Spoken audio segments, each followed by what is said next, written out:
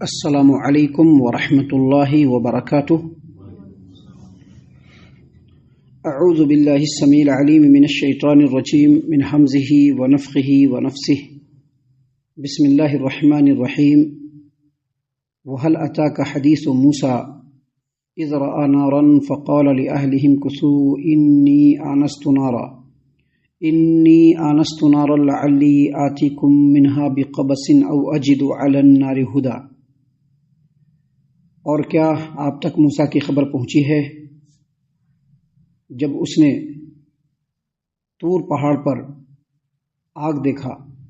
تو اپنے گھر کے لوگوں سے کہا کہ یہیں رکو، میں نے آگ دیکھا ہے، شاید میں اس میں سے تم لوگوں کے لیے کوئی انگارہ لے آؤں یا آگ کے پاس کوئی رہنمائی ہی پا جاؤں۔ محترم سامعین اکرام، سورہ طٰہٰ سورہ نمبر 20 اور اسی صورت سے آیت نمبر 9 اور 10، یہ دو آیتیں آپ کے سامنے تلاوت کی گئی۔ بفضل اللہ، بعون اللہ، بتوفیق اللہ، دونوں آیتوں کا ترجمہ بھی آپ تمام کی خدمت میں پیش کیا گیا۔ سامعین اکرام، یہاں پر جو اللہ تبارک و تعالیٰ نے بیان فرمایا ہے وَهَلْ أَتَاكَ حَدِيثُ مُوسَىٰ، کیا آپ کے پاس موسیٰ کی خبر پہنچی، اس کا مطلب یہ ہے کہ یہاں پر اللہ تبارک و تعالیٰ نے تفصیل سے سیدنا موسیٰ علیہ السلام کی زندگی کا تذکرہ فرمایا ہے، ان کے نبوت کے زمانے کا تذکرہ فرمایا ہے۔ سورہ طٰہٰ میں اللہ تبارک و تعالیٰ نے جو موسیٰ علیہ السلام کا ذکر خیر فرمایا ہے، اس میں جہاں تفصیل سے موسیٰ علیہ السلام کے حالات زندگی کو اور ان کے نبوت کی زندگی کو بیان فرمایا ہے،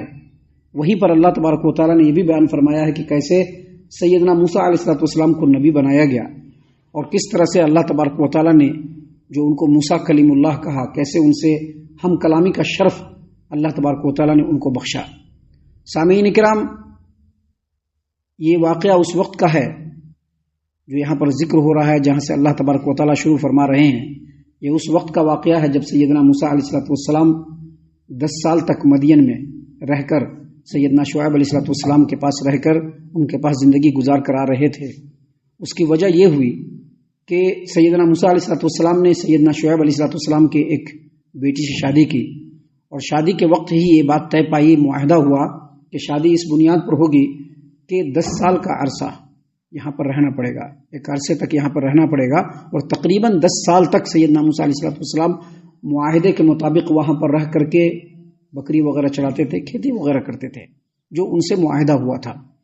جب یہ معاہدے کی مدت پوری ہو گئی، بکری چرانے کی جو مدت تھی وہ پوری ہو گئی، تو سیدنا موسیٰ علیہ السلام اب وہاں سے واپس ہوئے، اپنے شہر مصر کا خیال آیا اور مصر جانے کے لیے تیار ہوئے، اپنے اہل و عیال کو تیار کیا اور نکل پڑے رستے میں۔ سامعین کرام، اللہ تبارک و تعالیٰ نے اسی بات کو بیان فرمایا یہاں پر، جب رستے میں نکلے تو رستے میں یہ رستہ کھو گئے، جب طور کے پاس پہنچے، طور پہاڑ کے پاس پہنچے تو وہاں پر رستے سے بھٹک گئے، اور مفسرین کے تفسیروں کے مطابق جو ان کی بیوی تھی وہ حاملہ تھی، زچگی کے عالم میں تھی، اور جب یہ نکلے تھے سرد رات تھی، انتہائی سردی پڑ رہی تھی، سخت سردی، بالکل گھوپ اندھیرا تھا، بادل چاروں طرف چھائے ہوئے تھے،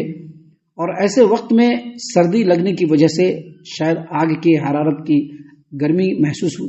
گرمی چاہیے، یہ ایک چاہت ہوئی ہوگی، اور چونکہ رستہ بھٹک گئے ہیں تو سیدنا موسیٰ علیہ السلام نے پہاڑوں اور وادیوں کے درمیان وہاں پر پڑاؤ ڈالا، رات اندھیری ہے، سخت سردی کا عالم ہے، سردی کا موسم ہے۔ پہلے کے زمانے میں، اب تو بہت ساری چیزیں ہیں، پہلے کے زمانے میں آگ جلانے کے لیے چکماک پتھر ہوتا تھا، پتھر کو رگڑتے تھے تو آگ نکلتا تھا، تو موسیٰ علیہ السلام کے پاس پتھر تھا جس کو انہوں نے رگڑنا شروع کیا کہ آگ نکلے، لیکن اتفاق کی بات ہے کہ آگ نکل نہیں رہا تھا، بار بار پتھر کو رگڑ رہے ہیں لیکن آگ نہیں نکل رہا ہے کہ اچانک ایسے داہنی طرف ایسے ہی اچانک جو ہے نگاہ اٹھتی ہے تو سامنے طور پہاڑ پہ ان کو آگ دکھتا ہے۔ جب آگ دکھتا ہے تو اللہ تبارک و تعالیٰ نے اسی بات کو یہاں پر بیان فرمایا کہ وَهَلْ أَتَاكَ حَدِيثُ مُوسَىٰ، کیا آپ کے پاس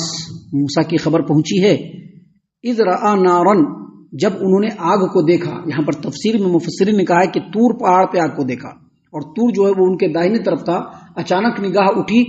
جلتا ہوا انگارہ دکھا تو کہا فقال لأہلہم کسو، اپنے اہل و عیال سے کہا ام کسو، یہاں پر مفسرین نے کہا ہے کہ یہاں پر پلورل سنس، پلورل کا ورڈ جو ہے وہ یوز کیا ہے اللہ تبارک و تعالیٰ نے، یہاں پر پلورل ورڈ نازل کیا ہے. مطلب اگر ایک بیوی صرف ہوتی تو کسو نہیں ہوتا. اس کا مطلب یہ ہے کہ بیوی کے ساتھ کچھ اور لوگ بھی رہے ہوں گے، بچے بھی رہے ہوں گے شاید، یا ہو سکتا ہے کہ خادم رہا ہو. تو ان تمام کو کہا کہ آپ لوگ یہیں پر رکو، مجھ کو پہاڑ پہ جو ہے آگ نظر آ رہا ہے، میں جاتا ہوں آگ لے کر کے آتا ہوں. سامعین کرام، یہاں پر اللہ تبارک و تعالیٰ نے بیان فرمایا ہے کہ اذ رأى نارا، جب انہوں نے طور پہاڑ پر آگ کو دیکھا، فقال لأهلهم كثوا، تو اپنے اہل و عیال کو کہا کہ یہیں پر رکو، انی آنست نارا، میں نے آگ دیکھا ہے، لعلی آتیکم منہا بقبس، شاید میں وہاں سے آپ لوگوں کے لیے کوئی انگارہ لے آؤں. بھی آگ کا انگارہ آ جائے گا تو آگ جلا کر کے جسم میں گرمی بھی محسوس کریں گے، آگ کو سیکیں گے، تاپیں گے. اور آگ اگر رہے گا تو رستہ دکھ جائے گا، رستے میں آگ دکھے گا رستہ تو رستے سے جو ہے رہنمائی حاصل کرتے ہوئے آگے بڑھ سکتے ہیں. تو کہا کہ آپ لوگ یہیں پر رکیے، ہم آگ کا انگارہ لے کر کے آتے ہیں. قبس کا مطلب ہوتا ہے آگ کا انگارہ. جبکہ قرآن کریم میں سورۃ القصص آیت نمبر 29 میں اللہ تبارک و تعالیٰ نے اسی واقعے کو بیان کرتے ہوئے کہا او جزوۃ من النار، آگ کا انگارہ لے آؤں، جزوہ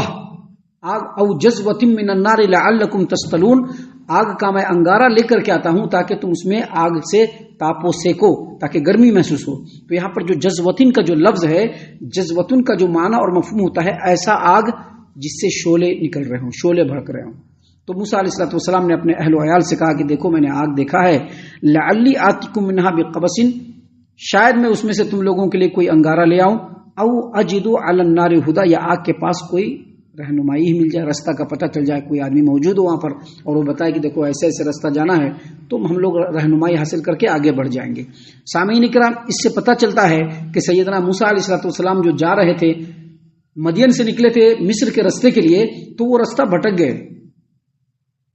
حافظ ابو جعفر ابن جریر طبری رحمۃ اللہ علیہ نے تفسیر الطبری کے اندر امام ثوری سے، اور انہوں نے ابو سعید آور سے، اور انہوں نے اکرمہ سے، اور انہوں نے عبداللہ ابن عباس رضی اللہ عنہما سے آیت کریمہ کے اس ٹکڑے کے بارے میں تفسیر کرتے ہوئے کہا، عبداللہ ابن عباس رضی اللہ عنہما نے کہ کہا او اجد علی النار ہدا، یا مجھ کو آگ کے پاس کوئی ایسا آدمی مل جائے جو مجھ کو رستہ بتا دے، یا پھر میں آگ لے کر کے آؤں گا اور اس سے ہم لوگ رہنمائی حاصل کر لیں گے، بدن وغیرہ بھی سیک لیں گے. اس سے یہ پتہ چلتا ہے کہ سخت سردی کی رات تھی اور سیدنا موسیٰ علیہ الصلوۃ والسلام جو اپنے منزل مقصود کی طرف جا رہے تھے وہ رستہ بھٹک گئے تھے، اسی لیے وہ آگے دیکھا کہ آگ ہے تو چلے گئے وہاں پہ. سامعین کرام، قصہ آگے کنٹینیو اللہ تبارک و تعالیٰ نے بیان فرمایا ہے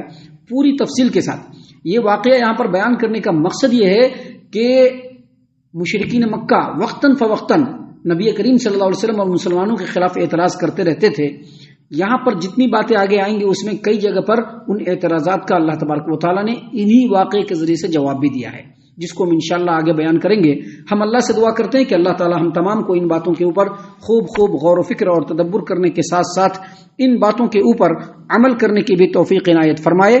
آمین. اللہ تعالیٰ ہم تمام کو صحیح معنوں میں پکا سچا مومن مسلمان بنائے، اللہ اور اس کے رسول صلی اللہ علیہ وسلم کا مطیع و فرما بردار بنائے، صحابہ کرام رضی اللہ عنہم کے طریقے پر چلنے والا بنائے، جنت الفردوس میں جگہ عطا فرمائے. اے اللہ ہم تمام کو جہنم سے پناہ دے، اے رب العالمین ہم تمام کو جہنم سے پناہ دے، اے مالک الملک ہم تمام کو جہنم سے پناہ دے، آمین یا رب العالمین. وما علینا الا البلاغ المبین. تبارك الذي نزل الفرقان على عبده ليكون للعالمين نذيرا.